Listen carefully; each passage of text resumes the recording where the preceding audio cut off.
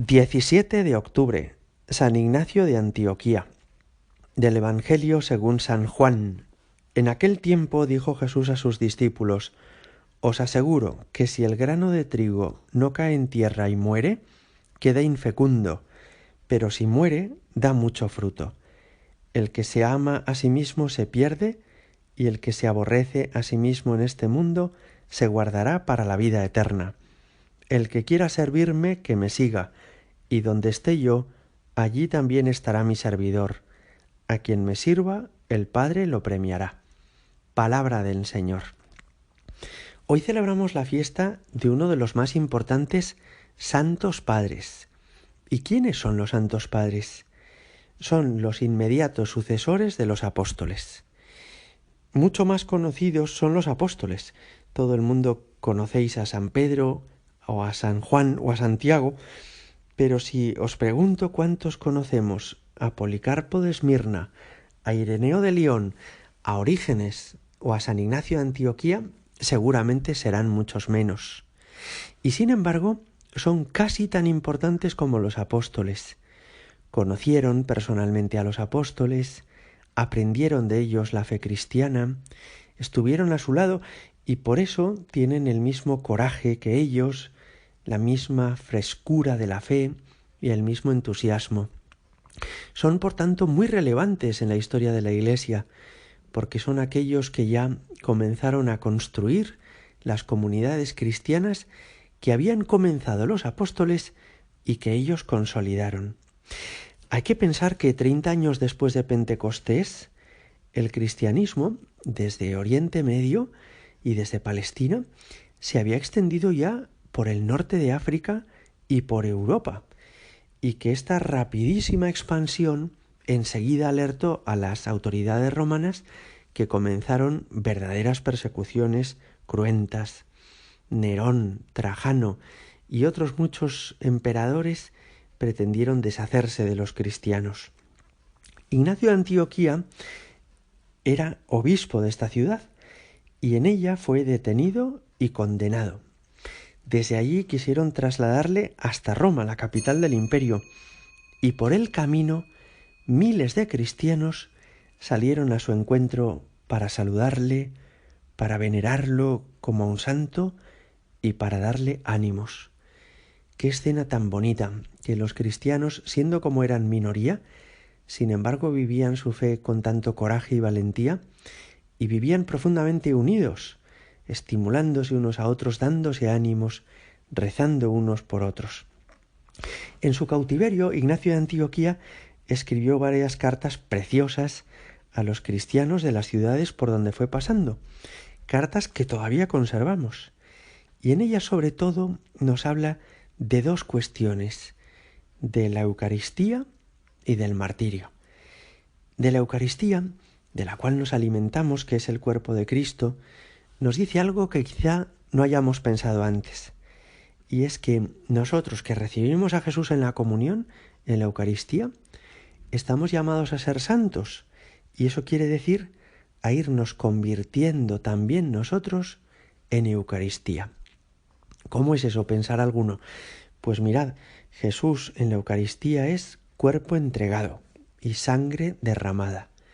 Y un cristiano se va volviendo Eucaristía cuando va siendo cada vez más una persona que se da por completo a Dios, cuando va siendo él también cuerpo entregado y sangre derramada. E Ignacio de Antioquía expresa su deseo de ser eso, y piensa que cuando llegue a Roma y lo lancen al circo para ser devorado por los leones, esos leones con sus colmillos lo triturarán, como se trituran los granos de trigo para hacer la harina con la que se hace el pan de la Eucaristía. Él piensa, no pasa nada porque me trituren, no pasa nada porque me destruyan. De esta manera seré plenamente Eucaristía, víctima viva.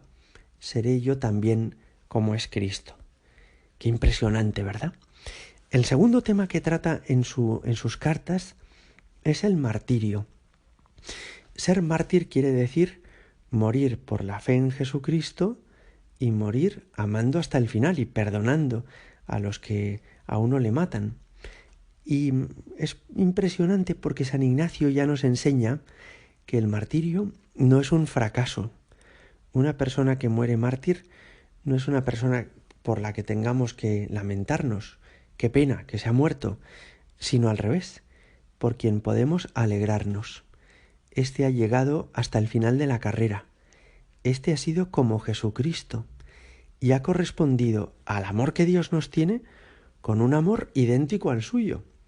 Ha dado su vida por quien le ha dado la vida y ha amado como Jesús hasta el extremo.